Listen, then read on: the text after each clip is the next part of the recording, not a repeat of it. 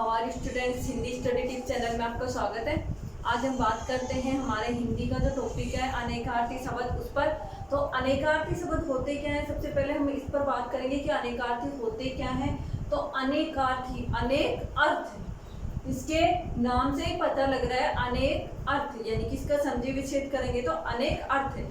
तो ऐसे शब्द जिनके अनेक अर्थ हो या अनेक वस्तुओं का बोध हो उनको हम अनेकार्थी शब्द कहते हैं। इनकी परिभाषा मैंने ये लिखा है कि एक से अधिक वस्तुओं का बोध होता है, यानी कि एक शब्द से अधिक उसके अर्थ होते हैं। जैसे पर्यायवाची में भी होते हैं तो उसमें क्या होता है, अलग अलग नाम होते हैं, लेकिन अनेकार्थी शब्द भी सेम उनका ही मिलता जुलता है, यानी कि एक ही शब्द के कई अर्थ निकलते हो तो वो अनेकार्थी शब्द कहलाते हैं। अब हम बात करेंगे अनेकार्थी शब्द, वैसे तो बहुत सारे होते हैं लेकिन जो ऐसे हैं, हम स्टार्ट कर रहे हैं, हमारी वर्णमाला ऐसे स्टार्ट होके गे तक होती है, तो हम स्टार्टिंग से ही देखते हैं कि पहले ऐसे तो बीच बीच में आप उठा के लर्न करोगे तो लर्न नहीं हो पाएंगे, तो हम ए से ही उठाते हैं कि ए से कौन कौन से हैं। तो मैंने लिखा है आपको यहाँ पे अंक, सबसे पहला वर्ड लिखा है अंक। तो अंक का क्या क्या होता है वो मैं आपको बता रही हूँ। अंक का मतलब होता है गोद, भाग, संस्करण, आलिंगन और अंक। इसमें कुछ मैं राइट भी कर देती हूँ और कुछ आपको वैसे बता रही हूँ। अंक का जो होता है वो होता है गोद, भाग,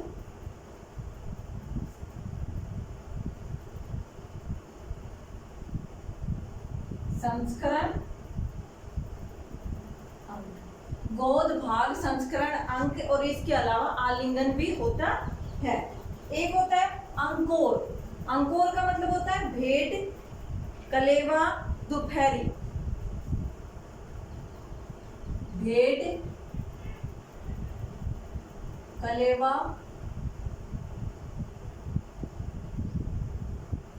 दोपहरी। देखो अंक का गोद, गोद का मतलब गोद, भाग हिस्सा, संस्करण, संस्करण भी जैसे चैप्टर होता है उसमें उसके जो अलग अलग पार्ट होते हैं, यानी कि कोई उपन्यास होता है उसके अलग अलग संस्करण होते हैं। अंक, अंक का मतलब भी क्या होता है, एक तरीके से गोद होता है। अंकोर, अंकोर में मैंने लिखा भेंट। भेंट का मतलब होता है किसी को कुछ देना। कलेवा, जो सुबह का हम जो ठंडा भोजन करते हैं उसको बोलते हैं। दोपहरी, जो हमारा दोपहर का समय होता है उसको हम दोपहरी बोलते हैं। तो ये किसके हैं, अंकोर के। अब आता है अंग। अंग का मतलब होता है अंश, यानी हमारा शरीर का कोई अंश, अंग। अव्यय,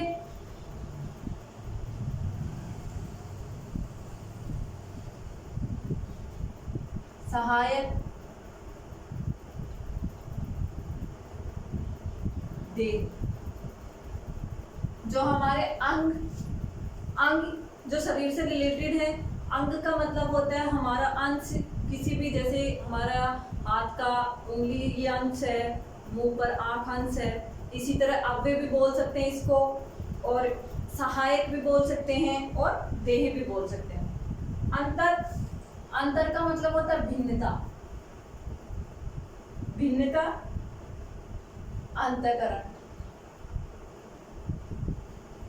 इसके सिर्फ दो ही मतलब होते हैं, भिन्नता यानी कि अलग अलग होना, और अंतःकरण यानी कि आंतरिक पार्ट।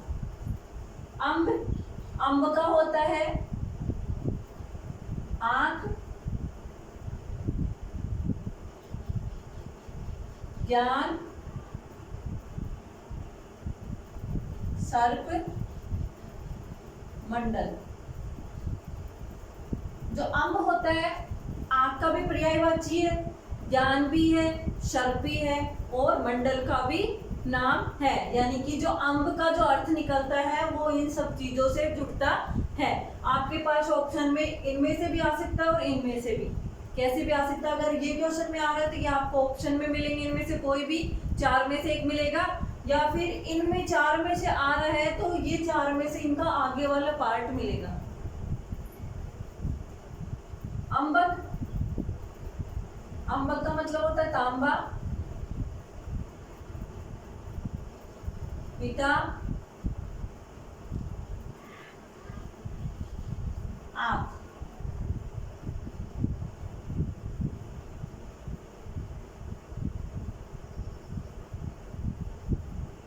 इसमें भी आंख है, अम्बक में भी। अम्बक का मतलब होता है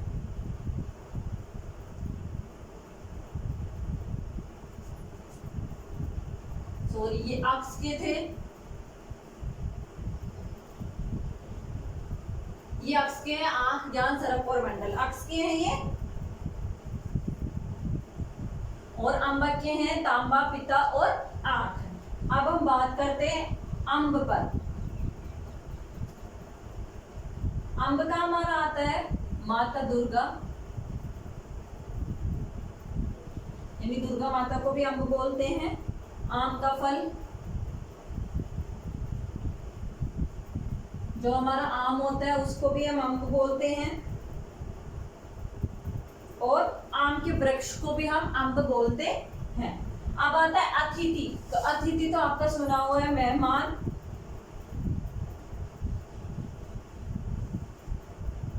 साधु, यात्री और अग्नि। अग्नि को भी हम अतिथि बोलते हैं। मेहमान, साधु और यात्री को भी हम अतिथि बोलते हैं। अब आता है अरुण का। तो अरुण का मतलब होता है सूर्य, लाल, सूर्य का सारथी। सूर्य को हम क्या बोलते हैं? अरुण, और इसका मतलब लाल भी होता है। और सूर्य का सारथी, इसको भी हम अरुण बोलते हैं। सूर्य का सारथी जानते हो, यानी कि जब सूर्य का जो रथ चलाते हैं, वो रथ चलाने वाले को हम सारथी बोलते हैं। अब आता है हमारा आपत्ति। आपत्ति का मतलब होता है मुश्किल, लेकिन यहाँ पे हम क्या करेंगे? आपत्ति का मतलब विपत्ति और ऐतराज, यानी किसी बात के लिए हमें किसी से कोई नाराजगी प्रकट होती है तो उसको ऐतराज। अब आता है अयोग, अचल।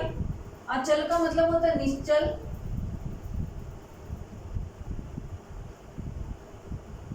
अटल और पहाड़।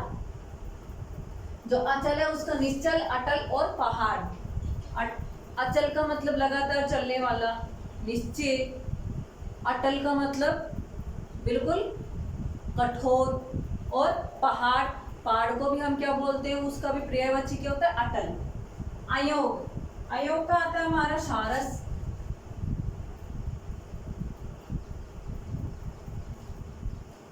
चंद्र, मोती और कमल। ये हमारे अयोग के सारस, चंद्र, मोती और कमल। अब अज, अज का मतलब होता है बकरा, बकरी, कुछ भी हो सकता है। बकरी का पर्यायवाची भी है बकरा। ब्रह्मा को भी अज बोलते हैं, विष्णु, शिव, यानी जो हमारे 3 देव होते हैं, ब्रह्मा, विष्णु, महेश, उनको भी हम अज बोलते हैं। दशरथ के पिता का नाम भी अज था, और कामदेव को भी हम अज बोलते हैं। अज्या, अजय का मतलब होता है बकरी। जैसे ये स्त्रीलिंग में आ गया, ये क्या था? पुल्लिंग में। और भांग, भांग को भी हम अजिया बोलते हैं। अब आता है अदिति। अदिति का मतलब होता है पृथ्वी, प्रकृति, और होता है देवताओं की माता। जो देवताओं की जो माता थी वो थी अदिति। पृथ्वी को भी बोलते हैं और प्रकृति को भी हम अदिति बोलते हैं। अनंत, अनंत का मतलब जिसका अंत न हो, तो असीम, आकाश, और इसके अलावा शेषनाग को भी अनंत बोलते हैं और विष्णु को भी अंत बोलते हैं। अनंत। अधर, अधर का मतलब होता है होठ।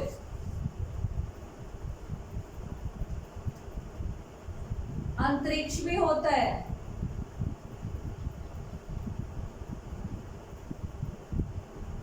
और तुच्छ भी होता है। तुच्छ का मतलब छोटा। होठ, जो होठ होता है उसको अदर, अंतरिक्ष को भी और तुच्छ को भी हम अदर बोल सकते हैं। लेकिन ये अर्थ जब होते हैं जहाँ जिस अर्थ का मतलब निकल रहा है, ऐसे नहीं कि वाक्य में अर्थ आ रहा है होठ का, वहां पे आप लिख दो अंतरिक्ष का, वो गलत हो जाएगा। यानी कि जिसके अकॉर्डिंग वाक्य बना होगा वही उसका अर्थ निकलेगा।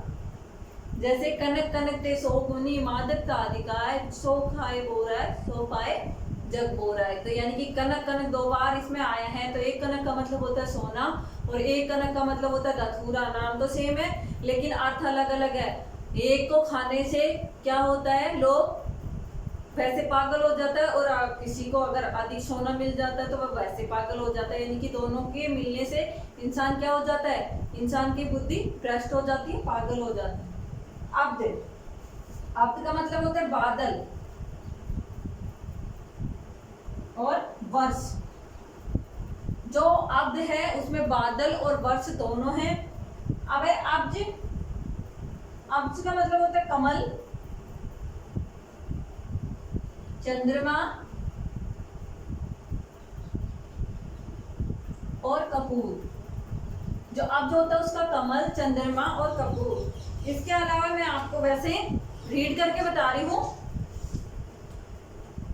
अब आते इसके बाद में अरब। अरब का मतलब होता है इंद्र, घोड़ा, 100 करोड़। यानी कि अरब का मतलब होता है 100 करोड़, इंद्र और घोड़ा।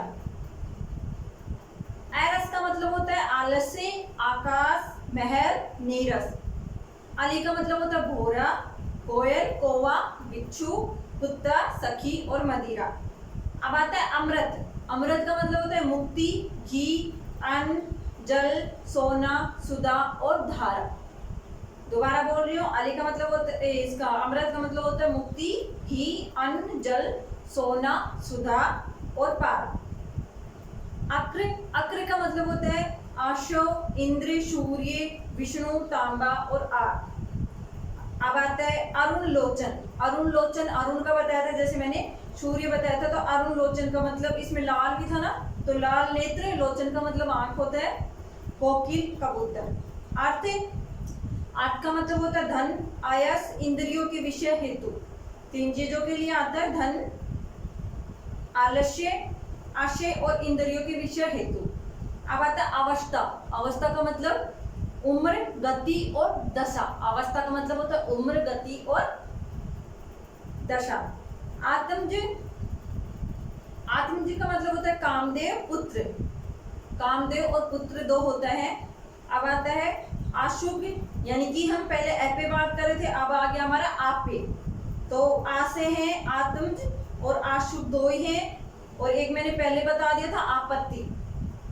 तो आशुभ का मतलब होता है मन, वायु और वाण। अब आता है हमारा ऊ। ऊ से क्या क्या बनते हैं, उद्गाय। उद्गाय का मतलब होता है विष्णु, सूर्य और प्रशंसा। उपस्कर, उपस्कर का मतलब होता है अलंकार और फर्नीचर। उम्री, उर्मी, उर्मी का मतलब होता है लहर और पीड़ा। ये थे हमारे ऊ के। अब आता है हमारे एक के। एक का एक ही है एन। एन का मतलब होता है आंख, घर, उपयुक्त, कस्तूरी। यानी कि आंख, घर, उपयुक्त और कस्तूरी, एन का मतलब होता है। अब आता है ओ, जो हमारी ओ वर्ड है, उससे आता है गोद, शरण, जिमीकंद, बहाना और गोला। यानी कि ओस जो हमारा शब्द है उसे गोद, गोद, शरण, जिमीकंद और बहाना और गोला। अब आता है हमारा कैसे। कैसे आता है कंज। कंज का मतलब होता है अमृत, ब्रह्मा, सिर के बाल और कमल। एक आता है कंठ। कंठ का मतलब होता है कांटा, विघ्न, रोमांच और कवच। कैसे तो बहुत सारे हैं। एक है कटक। कटक का मतलब है कंकर, कड़ा, समूह, सोना और नितंब। फिर आते कंठ। कंठ का मतलब गला, किनारा, स्वर। कदल, कंदल, कंदल का मतलब होता है कपोल, सोना और कलय। कंपित, कंपित का मतलब होता है चंचल, भयभीत और समुद्र। कक्ष, कक्ष का मतलब होता है कांख, जंगल, काश, सूखी घास और श्रेणी। कपि, कपि का मतलब होता है हाथी, बंदर और सूर्य। ये तीनों कपि के आते हैं। कनक, कनक का मैं अभी बताया था सोना, धतूरा, प्लास, खजूर और गेहूं। कपिल, कपिल का मतलब होता है कुत्ता, अग्नि, शिव, वानर और सफेद। कपिल का मतलब होता है कुत्ता, अग्नि, शिव, वानर और सफेद। काल, काल का मतलब होता है मृत्यु, यमराज, औषध और समय। कीस, कीस का मतलब होता है बंदर, पक्षी, गंगा और सूर्य। सूर्य काफी बार बार आ रहा है तो आपको ध्यान में रखना है। कुट, झोपड़ी और पेड़। एक होता है कुट, दूसरा जिसमें शिखर, गढ़, समूह और घर। यानी कि एक कुट का मतलब होता है झोपड़ी और पेड़, और दूसरे कुट का मतलब होता है सेम ही वर्ड है, शिखर, गढ़, समूह, घर। यानी कि एक भी हो सकता है ये। और एक होता है कुटी, कुटी का मतलब भी होता है झोपड़ी और पेड़। केस, केस का मतलब होता है किरण, वरुई, विश्व और बाल। केस को हम बाल भी बोलते हैं। केतु, एक ग्रह, पुष्चल तारा और ज्ञान ध्वज। कोश, शब्द संग्रह, खजाना, स्थान, म्यान। और लास्ट का कैप है कौशिक, इंद्र, विश्वामित्र, नेवला और उल्लू। ये थे हमारे कैतक के अनेकार्थी शब्द। इसके जो आगे हमारे बच गए वो हम पढ़ेंगे नेक्स्ट वीडियो में। ये काफ़ी बहुत सारे, एक दिन में इसका रिवाइज नहीं हो सकता, तो हम इसको थोड़ा थोड़ा करके रीड करेंगे। और जो स्टूडेंट इस वीडियो को पहली बार देख रहे हैं वो इस चैनल को सब्सक्राइब जरूर करें, और सभी स्टूडेंट से निवेदन है कि इसको लाइक और ज़्यादा से ज़्यादा शेयर करें। Thank you, have a nice day.